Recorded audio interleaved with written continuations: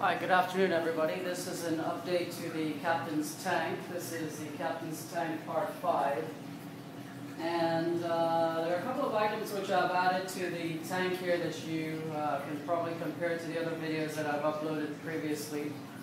There is one carpet coral, which you can see over there, on the right hand side of the tank. On the left hand side of the tank there is a strawberry coral.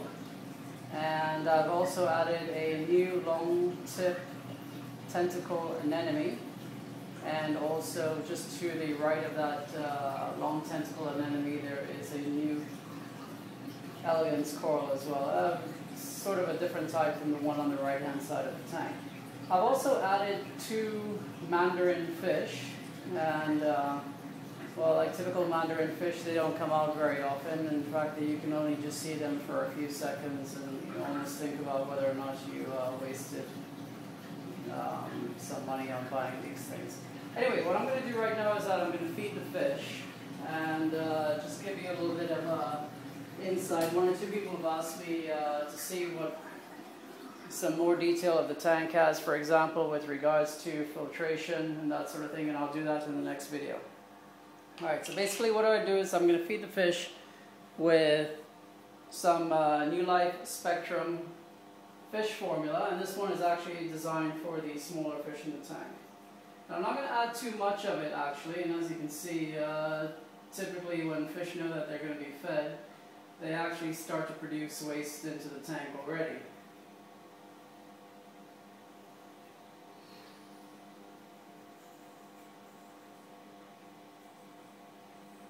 So I'm just going to add maybe just a little bit more of the small spectrum formula.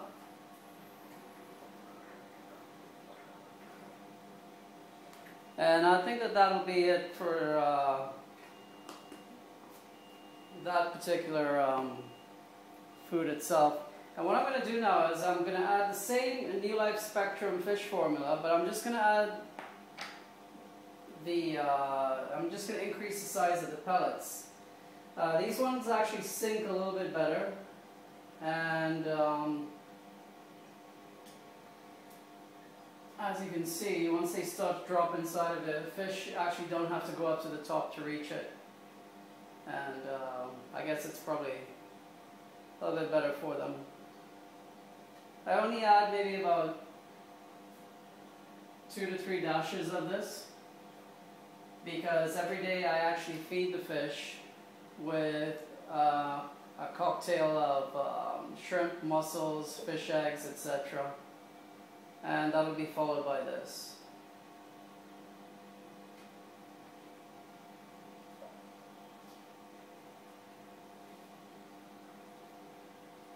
So that's basically it for pellets. And the next thing to be followed now is the cocktail mixture, which is given to them basically twice a day as well. There are a lot of coral inside of the tank there, and this cocktail mixture actually is quite beneficial for them. The corals do get target fed 2-3 times a week, but in addition to that, you can say that they're almost fed on a daily basis because of the fact that there is stuff which is actually put into the tank for the fish, and obviously the corals will benefit from that, but I'm not going to actually target feed them.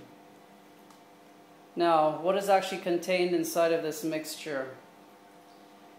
Probably at your fish aquarium store you can find in the frozen food section typically something like mysis shrimp, brine shrimp, or there are even people, I'm sure, that produce fish food for pet stores, and it'll just contain mixtures of various types of anything that a fish would eat, you know, fish eggs, phytoplankton, the various types of shrimp, krill, etc. And what I do is I also add some stuff by a company known as Reef Nutrition. I add something called Arctipods, oyster feast, a little bit more of phytoplankton, which is actually very good for the corals, also for the fish. I add some garlic extract, and some other supplements, etc. And you can see there's a lot of activity going on right now inside of the tank. And I'm going to try and just give them a little bit of these stuff that I've made here for them. And what I highly recommend is that you always take your frozen food and just make sure that you rinse it out first before you put it into the tank. When you rinse it out, you obviously will reduce the chance of building up any sort of unwanted algae inside of your tank. What I noticed before, when I was not rinsing out the frozen food, I was getting a lot of buildup of algae inside of the tank. And I think that also probably precipitated diatom formation as well. Now that I've been rinsing it out, I hardly see any diatom formation inside of the tank. Of course, algae still builds up, but nowhere near as what it did before. Alright, so here we're going to go. We're going to just add some of the stuff here.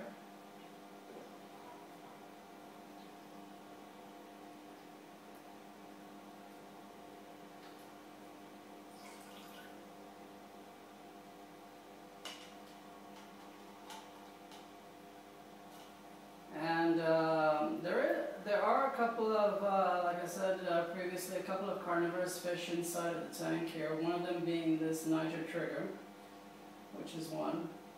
And the two mandarins as well, which I've added, are also carnivorous fish. You need to take that into account. So now they don't actually come up and feed directly when I'm feeding them here. But at least there will be some sort of meaty stuff inside of the tank for them to pick up at some point.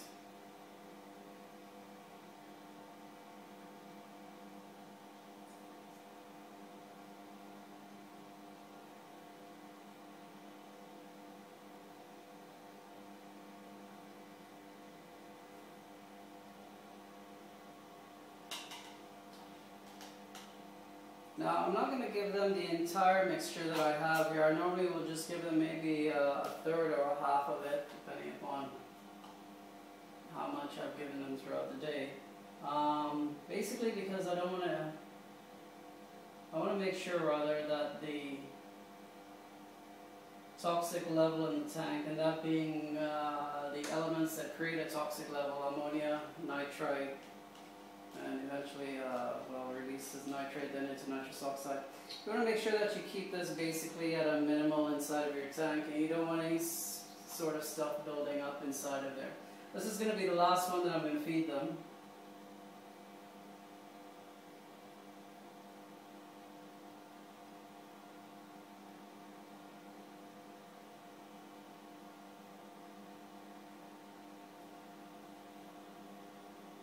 And that's going to be it in terms of food for them for the evening. So I'll put the remainder inside of the refrigerator covered, and they'll get it tomorrow morning. Well, I hope you've enjoyed the short video that I've uplinked here on the Captain's Tank Part 5. I've got to do a water change in a couple of days. In fact, with all of the stuff that I have inside of the tank, you know, it's a bit of a problem to try and keep the nitrite level down to the absolute minimum. And you know, you've got to feed the stuff inside of the tank, otherwise they will die basically due to starvation. They could even become aggressive with one another. So the thing that keeps them calm is basically food. And if you go to large aquariums around the world, you know, for example, you go to Dubai Aquarium, or you go to Atlantis in the Bahamas, or also in Dubai, you'll notice that they have some very, very large tanks, and all of these tanks basically have a number of predatory fish inside of there. And one of the reasons that they're able to maintain these inhabitants of the tanks so well is basically because of the fact that they're very well fed, and when they're fed well, they're quite calm. So it's a bit of a problem when you've got a small closed-in system like this, whereby you are feeding a number of fish and corals as compared to a large aquarium like what you would see over at Dubai Aquarium.